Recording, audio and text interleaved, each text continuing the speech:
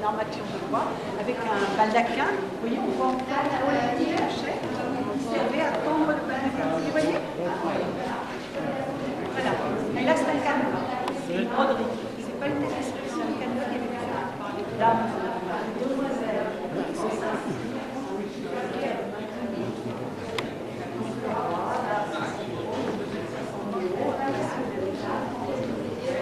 Et son Dieu fait le tour du monde. Donc, petites alcôves, vous voyez les 4 parties du monde qu'on connaissait à ce moment-là. C'est pas du tout ça, pas du tout ça existait.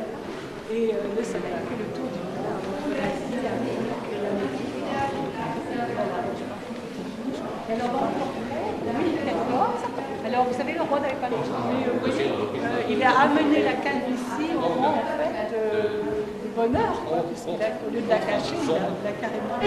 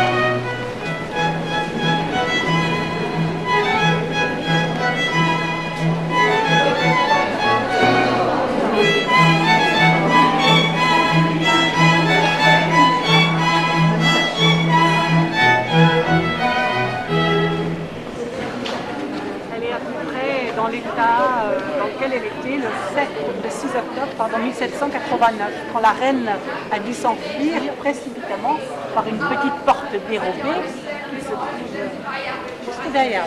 Voilà. Donc les révolutionnaires ont poursuivi leur chemin jusqu'à la galerie des Glaces et là ils ont commencé à se calmer. C'était quand même impressionnant. Et après, donc, une délégation est partie voir le roi et la reine et leur ont demandé de repartir à Paris avec eux. Et le roi a accepté en disant, bon, caprice, hein, de foule, j'y vais. Il n'est jamais revenu. Voilà, je vais te montrer.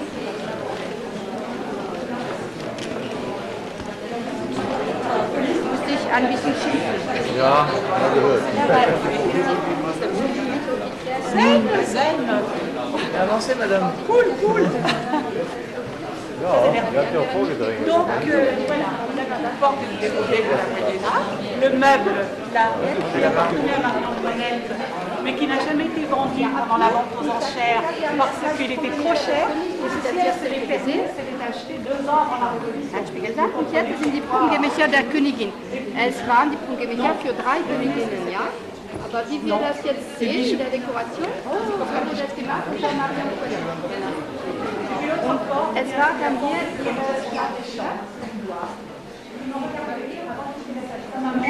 die sind nicht Joseph, qui est donc mort à la veille de la Révolution. Aber das war die einzige Lösung, einzige Möglichkeit, Couleur-là, le vert pâle et la couleur pourpre. Donc là, c'était la salle, l'antichambre de la reine, mais elle servait une fois par mois au grand couvert, qui était le moment où les Écorces mangeaient 50 plats préparés, amenés couverts. Les cuisines n'étaient pas loin, 2000 personnes travaillaient pour lui, et environ 400 mètres de chef. Et lorsqu'il n'avait pas fini tous les plats, parce que 52 c'était trop, ces gens avaient le privilège d'emmener tout ça sur le marché à Versailles et de le revendre. Imaginez si ça pouvait leur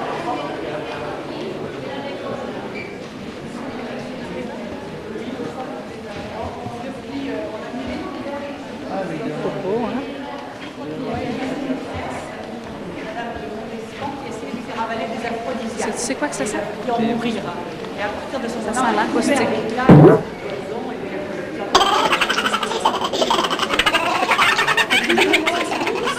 le vin, elle va être pas gelée de temps en temps sur la table.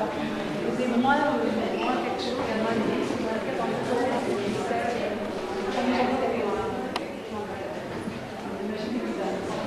les cheminées marchent libre. On peut apprendre, ou alors on le met avec du noir quand on est veuve. Mais on ne porte jamais de blanc quand on est une reine de France. Imaginez par exemple, porter la même chose que Louis XV. C'était vraiment une ambiance terrible à ce moment-là. C'est également le losange, non marié, c'est le symbole des femmes non mariées. Et elles se sont échappées, elles sont allées se réfugier chez la nièce en Italie, à Parme. Elles sont mortes après la Révolution, 10 ans après, et ce sont les deux seules enterrées à Saint-Denis, toutes celles les autres corps qui avaient été enlevés, les enfants après, et enlevés. C'est horrible de d'être en prison et de voir qu'ils les emmènent les enfants. Elle arrivait juste à le voir dans le spirale, et elle voyait que les gardiens de la Bastille, en fait, c'était autant que c'est pas la Bastille. Les gardiens lui apprenaient des chansons vraiment ondurières. Bon, elle s'était affreuse. Enfin bref, elle est décassée à son tour, et l'enfant reste seul. La copie. Vous avez été au Louvre déjà? Non? Oui. Vous avez vu la même? Non. Vous l'avez vue, cette grande-là? C'est la deuxième plus grande après celle de Véronique. C'est la deuxième. Donc David l'a fait, il l'a terminé en exil. Donc c'est la raison pour laquelle on voit terminer à Bruxelles, en dessous là. Et il a marqué la deuxième par une différence. La femme en rose. Vous voyez, la deuxième femme porte une robe rose. À Paris, sur la première femme, elle est en blanc, comme les favoris de Napoléon. La maman de Napoléon n'a jamais voulu venir, mais Napoléon a obligé David à la représenter. Oui. C'est la maman, elle est au milieu du tableau, elle est assise.